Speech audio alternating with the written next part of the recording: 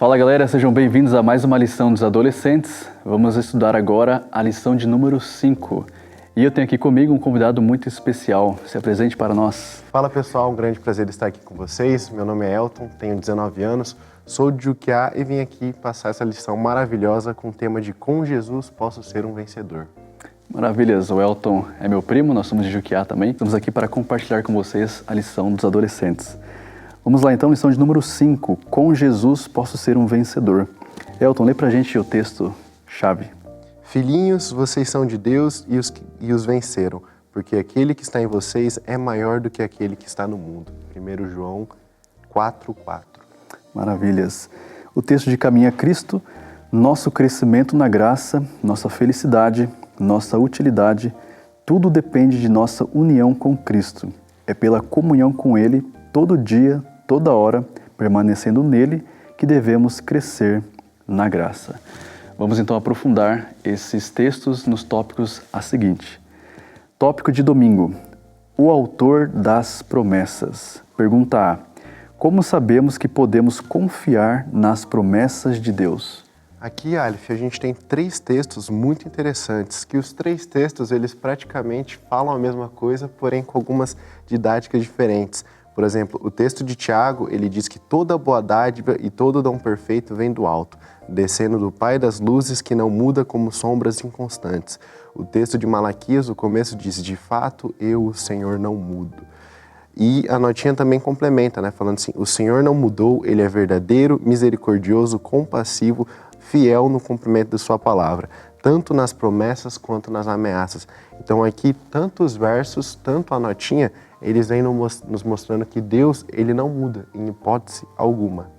Então o mesmo Deus que estava lá com Adão e Eva, que fez aquela promessa, que colocaria inimizade entre a serpente e a mulher, a igreja e Satanás, é o mesmo de hoje que está conosco. O mesmo Deus que estava com Adão e Eva, que estava com nossos primeiros pais, os patriarcas, com Moisés, também com os reformadores, é o Deus que está nos guiando e nos cuidando nos dias de hoje. Exatamente, então Deus, Ele não muda, por isso que nós podemos confiar nas promessas dEle. Pergunta B. Existe outra pessoa poderosa aqui no nosso mundo que também faz promessas. O que sabemos sobre ela? E aqui, a pergunta B, ela já nos aponta para o outro lado, né? A gente tem o lado do bem, de Deus, e tem o lado do mal, que a outra pessoa poderosa que nos faz promessas é Satanás, conhecido como a velha serpente. Aqui no texto de Gênesis, mostra sobre a caída dos nossos pais, quando Satanás, em forma de serpente, chegou à mulher e a enganou, falando que se ela comesse o fruto da sabedoria do bem e do mal, ela não morreria. E aqui o texto de João fala, vocês pertencem ao pai de vocês, o diabo, e querem realizar o desejo dele. Ele foi homicida desde o princípio e não se apegou à verdade, pois não há verdade nele. Quando mente, fala a sua própria língua, pois é mentiroso e pai da mentira. Então aqui o texto de João, ele já mostra que Satanás, ele é enganoso, ele é o pai da mentira. Eu acredito que muitos aqui, eu já tive essa experiência algumas vezes, de às vezes a gente conta alguma mentirinha assim para os nossos pais ou para alguma pessoa mais velha e eles olham para a gente e falam, você sabe quem que é o pai da mentira? De uma forma de repreender a gente. E aqui a gente vê na nota, a nota complementa dizendo, Satanás não poderia apresentar seu verdadeiro caráter de uma só vez ao universo. Seu caminho de engano devia continuar até a hora em que se revelou como acusador, enganador, mentiroso e assassino. Então aqui a gente vê uma outra coisa também, que Satanás, ele não é direto.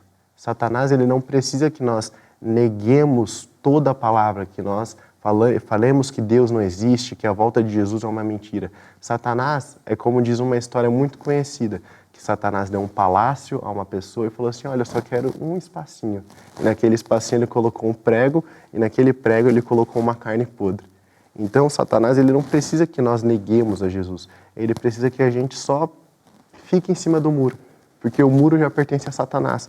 Então aqui essa é uma das diferenças de Satanás para Deus, que Deus, ele não pode usar de engano para nos persuadir, já Satanás sim.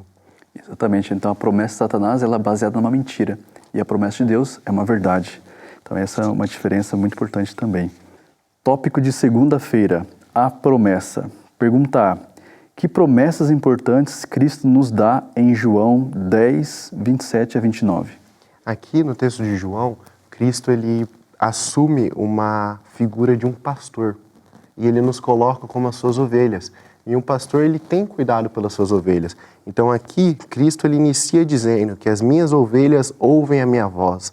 Eu as conheço e elas me seguem. E eu lhes dou a vida eterna e elas jamais perecerão. E aqui a nota, ela traz uma outra coisa muito importante. A nota começa dizendo, não devemos confiar em nossas próprias mãos, devemos entregar o próprio eu às mãos de Deus. Nossa falta de fé é o motivo porque não vemos mais do poder divino. Então aqui, no não devemos confiar em nossas próprias mãos, a gente pode lembrar de uma frase muito conhecida, que muitas pessoas falam, eu não vou para a igreja porque eu sou uma pessoa ruim, porque eu tenho tal pecado, eu faço tal coisa. E aqui ele já fala que nós não devemos confiar nas nossas próprias mãos, nós não devemos confiar na nossa justiça própria, nós devemos entregar o próprio eu às mãos de Deus. E complementa falando sobre a nossa falta de fé, que é um dos motivos que muitas vezes a gente não vê mais do poder divino em nossas vidas. Exatamente, a gente ouvir a voz, a gente vai seguir a Cristo, nós vamos ter a vida eterna e jamais pereceremos. É algo maravilhoso essa promessa. Pergunta B. O que a fé em Deus e em suas promessas nos ajudará a fazer? A fé em Deus e nas promessas de Deus, nas promessas de Jesus, nos farão vencer o mundo. Aqui, o texto de 1 João 5, versículo 4 diz, o que é nascido de Deus vence o mundo, e esta é a vitória que vence o mundo, a nossa fé. E aqui a nota é muito interessante, que ela complementa muito mais do que a gente consegue falar. Ela fala assim, aquele que se arrepende do próprio pecado e aceita o dom da vida do Filho de Deus não pode ser vencido. Apegando-se pela fé à natureza divina, torna-se um filho de Deus. Então, quando a gente arrepende do nosso pecado, seja ele qual pecado seja, em menor ou maior grau numa esfera humana, que a gente sabe que para Deus pecado é pecado, mas a gente sabe que na esfera humana alguns têm consequências maiores. Mas independente do nível do seu pecado, se você se arrepender e aceitar o perdão e o amor de Cristo, de Jesus, nós teremos o dom da vida. Tem uma frase de C.S. Lewis que ele fala que se Deus nos perdoa e nós não aceitamos o perdão de Deus, é como se a gente estivesse colocando um tribunal superior ao de Deus. Então a gente não pode ter esse pensamento de não, eu sou muito impuro, não, Deus não vai me aceitar. Um exemplo é o rei Davi. O rei Davi cometeu inúmeras atrocidades, ele matou um homem somente para ficar com a esposa desse homem e Deus ainda chamou Davi de o homem segundo o meu coração. Então aqui a gente vê que a gente tem que se arrepender do nosso pecado e se entregar à graça de Cristo. Exatamente, né? E essa fé em Deus nos permite vencer todas essas dificuldades que o Elton falou e também a gente vai vencer o mundo, as tentações e as provações que nós fomos levados a passar. Tópico de terça-feira, as condições. Quais são as condições então dessa promessa? Pergunta A. Leia os versículos abaixo e entenda as condições e promessas para cada um. Agora vem a pergunta. Qual será a nossa situação se exigirmos que Deus cumpra uma promessa antes de preenchermos as condições? Então, aqui nas condições, a gente vê o primeiro texto de João falando que se vocês me amam, obedecerão aos meus mandamentos. Quem tem os meus mandamentos e lhe obedece, esse é o que me ama. Então, a gente tem esse primeiro requisito de obedecer os mandamentos de Deus, que é a nossa prova de amor. E aqui a situação que, a segunda pergunta, qual será a nossa situação se exigirmos que Deus cumpra uma promessa antes de preenchermos as condições, a gente tem a resposta aqui na nota, que diz, aqueles que levam pedidos a Deus exigindo a promessa divina, enquanto não cumprem as condições, insultam a Jeová, apresentam o nome de Cristo como autoridade para o cumprimento da promessa, mas não cumprem aqueles requisitos que revelariam fé em Cristo e amor a Ele. Aí aqui eu lembro de um texto, de um livro muito famoso, se eu não me engano é O Deus que Destrói Sonhos, que ele fala que muitas vezes a gente tem Deus como se fosse um delivery. A gente chega para Deus e, Deus, eu quero tal coisa, Deus, eu preciso de tal coisa. E o livro, ele fala que Deus, ele não é uma máquina de realizar sonhos. Ele é um Deus, um Pai amoroso que ele transforma o nosso caráter por meio de provas e por meio dos seus mandamentos. Então aqui a gente vê que a gente precisa ter a fé. É muito falado aqui na lição sobre a fé em Cristo. E tendo a fé em Cristo, a gente obedece a Cristo. E obedecendo a Cristo, a gente aproveita do dom da vida eterna, que é gratuito, como é a graça, é de graça. Exatamente, aqui diz que a pessoa até apresenta o nome de Cristo como autoridade para o cumprimento da promessa, mas não cumprem aqueles requisitos que revelariam fé em Cristo e amor a Ele. Então, tem as condições para nós recebermos aí as promessas. Pergunta B. A partir dos textos bíblicos e das citações do Espírito de Profecia a seguir, escreva pelo menos mais 3 condições para vivermos uma vida vitoriosa em Cristo. Quais mais 3 condições podemos mencionar? Então aqui, Aleph, a gente tem nos 3 versos 3 coisas diferentes. O texto de Judas fala, mantenham-se no amor de Deus. O texto de Hebreus fala, tendo os olhos fitos em Jesus. E o texto de Gálatas fala, não se deixem enganar, de Deus não se zomba. E esses 3 a gente pode fazer um mix com uma das coisas que já foi falada em uma das lições anteriores. Se a gente fica longe do amor de Deus, se a gente fica sem ter contato com Deus, a gente começa a ficar mais insensível à voz do Espírito Santo. E aqui esse texto de Gálatas, ele nos dá uma advertência, não se deixe enganar, de Deus não se zomba, pois o que o homem semear, isso também colherá. E não nos cansemos de fazer o bem, pois no tempo próprio colheremos, se não desanimarmos. E aqui a nota ela fala um texto muito bonito, que ela diz assim, quando Cristo tomou sobre si a natureza humana, uniu a humanidade a si mesmo por um laço de amor que nunca será quebrado por nenhum poder. Uma vez eu vi uma frase falando que no ser humano existe um vazio do tamanho de Deus. E o texto aqui está falando quase a mesma coisa, só que com palavras diferentes. Boa, e também na metade da nota fala que precisamos vigiar, esforçar e orar para que nada nos leve a escolher outro mestre, pois sempre estamos livres para fazê-lo. Mas mantenhamos o olhar fixo em Cristo e Ele nos preservará. Enquanto olharmos para Jesus, estaremos seguros, nada pode nos arrancar de sua mão. A gente precisa estar conectados com Cristo, olhando para Ele e próximo para termos uma conexão com Ele, uma intimidade, para podermos reclamar suas promessas em nossa vida. E a nota, Aleph, ela também fala que Satanás constantemente apresentará seduções para nos induzir a quebrar esse laço. Então a gente tem o amor de Cristo por nós, só que a gente precisa ser esperto, precisa vigiar, porque Satanás ele vem das maneiras mais simples possíveis, das maneiras mais tranquilas possíveis, que muitas vezes a gente não percebe. Muitas vezes a gente que nasceu na igreja, que tem muitos anos de igreja, a gente não percebe, mas acaba deixando entrar algumas coisas na nossa casa, no nosso lar ou na nossa vida, que está nos afastando de Deus, mas a gente olha e, não, nada a ver, isso daí não tem nada a ver, é uma coisa simples, é coisa normal, não tem nada a ver com igreja, tem nada a ver com Jesus. Mas aos poucos a gente está ficando insensível. Muito se falava antes dos filmes de tiro, de guerra, que a gente assistia e falava assim, ó, é bom não assistir porque você vai ficar insensível à morte das pessoas. E quando a gente fica insensível à morte das pessoas, a gente também fica insensível à morte de Cristo. E a profetisa do Senhor, ela diz que bom seria se nós pudéssemos meditar, não lembro se era meia hora ou 1 hora todo dia no sacrifício de Jesus. Eu acredito que se a gente conseguisse ter esse exercício de meditar todo dia no sacrifício de Jesus, muita coisa na nossa vida mudaria. Maravilhas. Exatamente, é algo bem sutil que acaba entrando e a gente não percebe, né? Quarta-feira, sendo testado. Em que momentos e lugares mais óbvios revelamos nosso verdadeiro caráter? Na nossa casa. Aqui, o texto de Efésios fala, filhos, obedeçam aos seus pais no Senhor, pois isso é justo. E o texto de Marcos diz, Jesus não o permitiu, mas disse, vá para casa, para a sua família, e anuncie-lhes quanto o Senhor fez por você e como teve misericórdia de você. Então, o nosso primeiro ministério, fora nós, é o nosso lar. Tanto nosso pai, nossa mãe, tanto nosso irmão, nossa irmã, tanto nossos sobrinhos, sobrinhas, primos, primas, tios, tias, avós, avós. O nosso lar, ele é o primeiro lugar em que a gente mostra o nosso verdadeiro caráter, que é as pessoas que a gente conhece desde cedo, desde pequeno, a gente conhece, convive a vida inteira. É lá onde a gente mostra o nosso verdadeiro caráter. Exatamente, às vezes a gente quer pregar lá para fora, quer falar sobre o Evangelho, e aí Cristo convida a gente a ir para nossa casa e contar a benção. Talvez a gente andou por caminhos difíceis, mas a gente volta para casa transformado para falar, ó, Jesus fez, aqui fala, né? Contar, anunciar o que o Senhor fez por você e como teve misericórdia de você. Então também levar o Evangelho prático para dentro de nossas casas.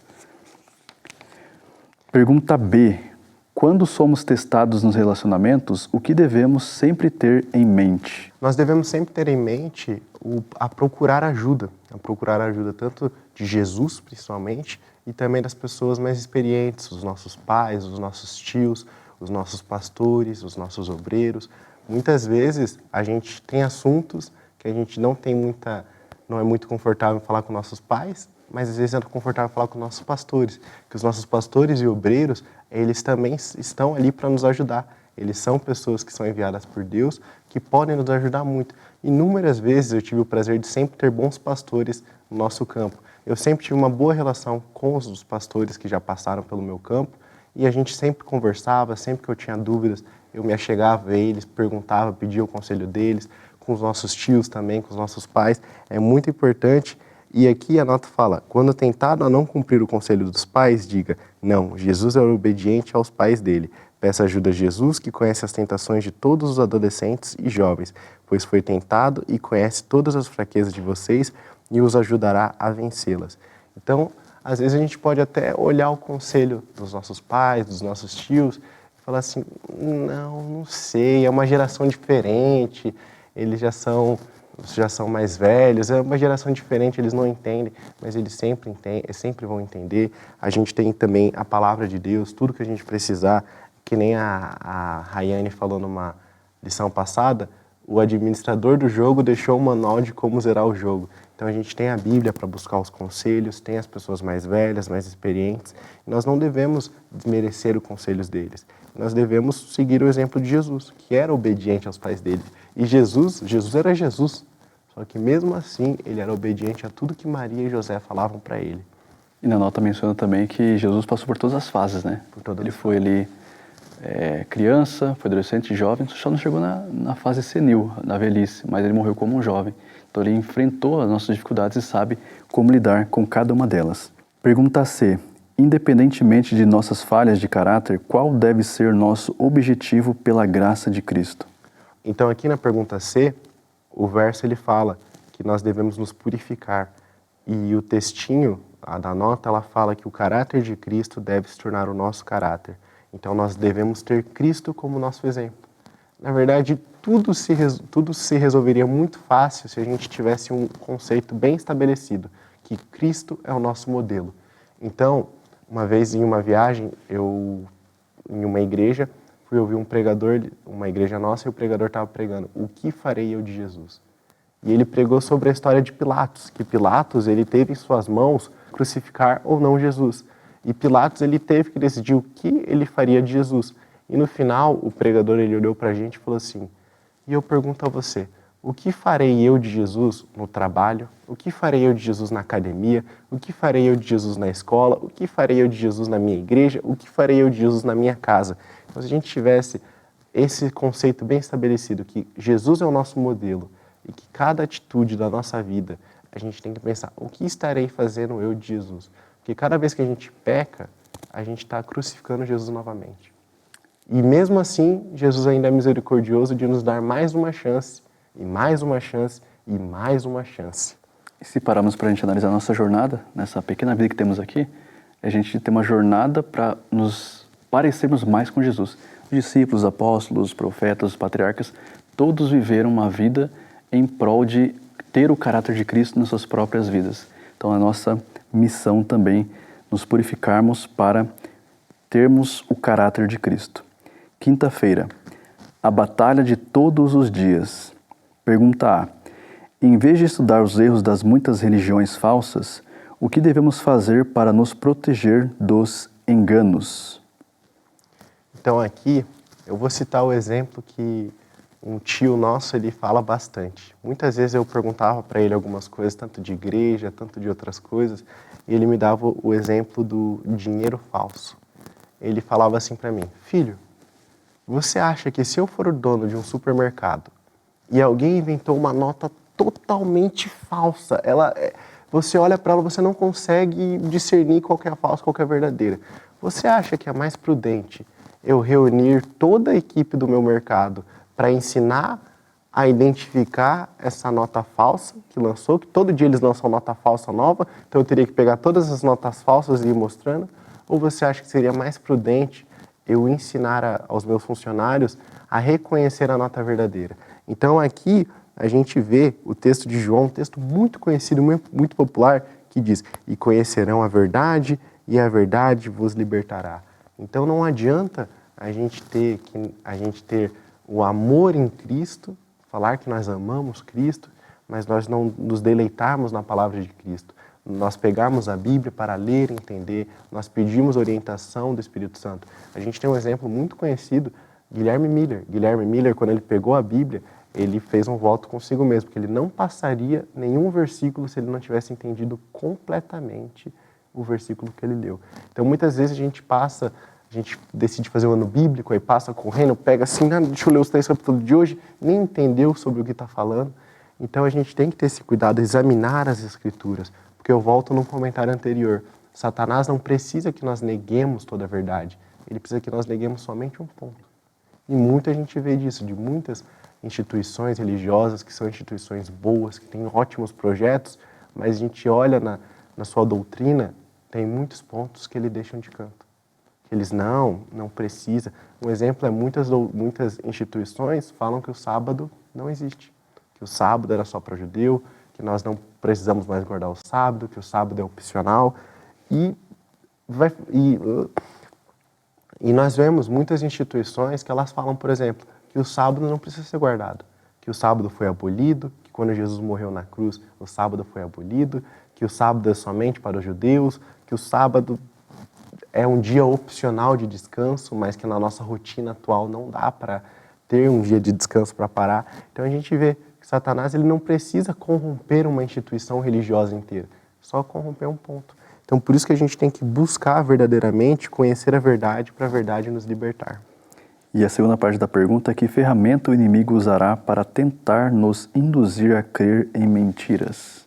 Com a boca o adulavam, com a língua o enganavam. Então a gente vai ter os enganos sutis e os enganos não sutis. A gente tem, é como se fossem os dois lados. A gente tem a pessoa que nega totalmente, fala não, Deus não existe, Deus não sei o quê, que vai para falsas filosofias. E a gente vai ter a pessoa que ela só deixa de crer em um ponto, mas que é um ponto muito importante. Tiago 2,10 diz que aquele que cumpre um mandamento, mas descumpre o outro, ele é culpado de... Não, como é? Tiago 2,10 ele diz que aquele que cumpre toda a lei, mas deixa de cumprir um ponto, é culpado de todos os outros. Então, a gente vê que vai ter o pessoal que vai negar tudo completamente, vai ter as pessoas que, não, só isso tá bom, só isso tá bom. Então, como diz o verso, com a boca o adulavam e com a língua enganavam. Então essa ferramenta está misturada com adular a pessoa, ficar dando ali elogios com má intenção, só que aqui fala que com a boca adulavam e com a língua enganavam. E em Salmo 5,9 também diz que com suas línguas enganam sutilmente. Então essa ferramenta também é usada para levar as pessoas ao engano. Pergunta B. O que a palavra de Deus diz sobre nossas escolhas de amigos? Aqui no texto de Coríntios, a gente tem também um texto muito popular que diz que as más companhias corrompem os bons costumes. E a nota ela fala que não é seguro para aquele que afirma ser seguidor de Cristo associar-se com amigos descuidados e imprudentes, pois é fácil passar a ver o mundo como eles veem e perder todo o sentido do que significa ser um seguidor de Cristo. Então, algumas amizades, influências ruins, podem aos poucos nos fazer perder a sensibilidade do Espírito Santo. E muitas vezes não é porque a pessoa é uma pessoa mau caráter, é porque a pessoa não tem a luz. Aí nisso vem o nosso papel como cristão de mostrar a luz para essa pessoa. Então, eu estava falando isso na lição dos adolescentes semana passada. Falei assim para os adolescentes, falei assim, olha, vocês têm um conhecimento que fazer tal coisa é errado, mas os seus amigos não têm. Então, para eles é tudo bem, para eles é ok. Só que aí, para vocês sabem que isso não é certo. O papel de vocês é chegar para eles e mostrar que é errado. Porque eles estão na ignorância, vocês não. Então, muitas vezes a gente tem amigos que eles estão na ignorância. E é o nosso papel chegar para eles e falar assim, ó, querido, tá errado, esse é o certo, mostrar Jesus, mostrar a Bíblia. E caso eles não aceitem, o nosso papel é, nós nos distanciamos para não sermos corrompidos, mas continuamos amando e orando por eles, assim como Jesus faria. E quando eles forem atingidos pela graça, pelo Espírito Santo, nós estarmos de braços abertos para recebê-los. E a segunda parte da pergunta, o que devemos fazer se nossos amigos têm andado de forma errada? Qual a nossa atitude? A nossa atitude deve ser se distanciar. Como eu falei, nós devemos nos distanciar, porque podemos ser corrompidos, mas sempre deixar a porta aberta para eles. Não, eu já ouvi de casos de pessoas que acabaram saindo da igreja por inúmeros motivos e as pessoas deixaram de falar com elas. Não é nesse sentido que a Bíblia nos diz, é no sentido de nós não devemos estar andando juntos para não sermos corrompidos, mas quando a pessoa ela precisar, ela ter a necessidade de ouvir uma palavra de conforto, ela sentir alguma necessidade, a gente está lá para mostrar, falar assim, olha aqui, segue por esse caminho, Jesus te ama, porque uma hora essa pessoa pode vir e a gente pode ser um grande instrumento para ela. Ao invés de a gente ser um instrumento negativo de, nossa, só porque eu não quis ir na igreja dele, ele parou de falar comigo, a gente pode ser um instrumento positivo de, cara, eu negava ir para a igreja, mas quando eu mais precisei, ele estava lá para me ajudar. Então a gente pode ser um bom testemunho até de longe. Nós somos as cartas que as pessoas leem de Cristo. Muitas pessoas não têm acesso à Bíblia, não têm acesso a Cristo, mas eles veem Cristo e a Bíblia em nós. Exatamente, você não vai assim rejeitar a pessoa. Você vai dar o seu posicionamento e quando a pessoa buscar entender o porquê, você vai estar ali para explicar, para acolher também, né? Então justamente esse é um lado do cristão. Então terminamos mais uma lição muito rica de muito conhecimento para a gente praticar a nossa vida, pedir a ajuda de Jesus, orar, vigiar e estar à disposição de receber aí sempre o direcionamento de Cristo. Elton, fala uma palavra final para os adolescentes. Então, pessoal, eu espero que vocês tenham gostado dessa lição. Foi um grande prazer estar aqui com o Aleph, estar aqui com vocês. Eu espero que vocês estejam gostando dessa lição. É uma lição maravilhosa. É uma lição que ela tem a melhor temática possível, que é sobre o nosso Salvador, nosso Redentor, nosso melhor amigo. Faltam nomes para definir o que Jesus é nas nossas vidas. Então eu espero que essa lição, que esse conjunto de lições desse trimestre possam mudar a sua vida, possam melhorar a sua vida, possam aproximar mais você de Cristo, para você ter aquela sensação, como a Kelly falou em uma das lições, que a gente, quando nós vamos em eventos, nós temos um sentimento muito bom, um sentimento feliz, uma emoção de estar nos eventos, que a gente possa ter essa emoção todos os dias, caminhando com Jesus, conhecendo Jesus mais. Então eu espero que essa lição seja muito proveitosa para vocês. Peço que vocês compartilhem para os seus amigos de escola, seus amigos de curso, seus amigos de trabalho, para eles também poderem conhecer mais sobre o amor de Jesus. Amém, maravilha. Obrigado, Elton, por participar aqui com a gente. Seja bem-vindo. Volte mais vezes também, tendo mais oportunidades. Pessoal, muito obrigado a todos que ficaram aqui com a gente. A gente se vê então na próxima lição. Deus abençoe vocês.